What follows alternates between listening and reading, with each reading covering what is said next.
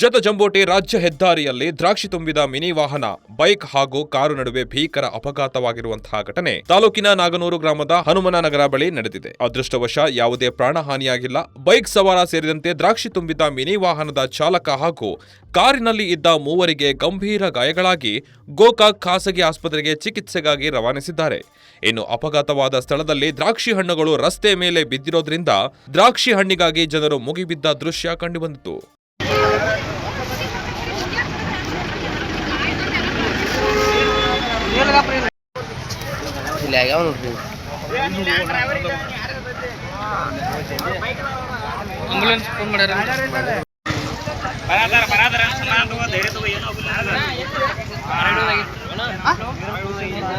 ಸಂಪೂರ್ಣ ನ್ಯೂಸ್, ಇದು ನೊಂದವರ ಧ್ವನಿ.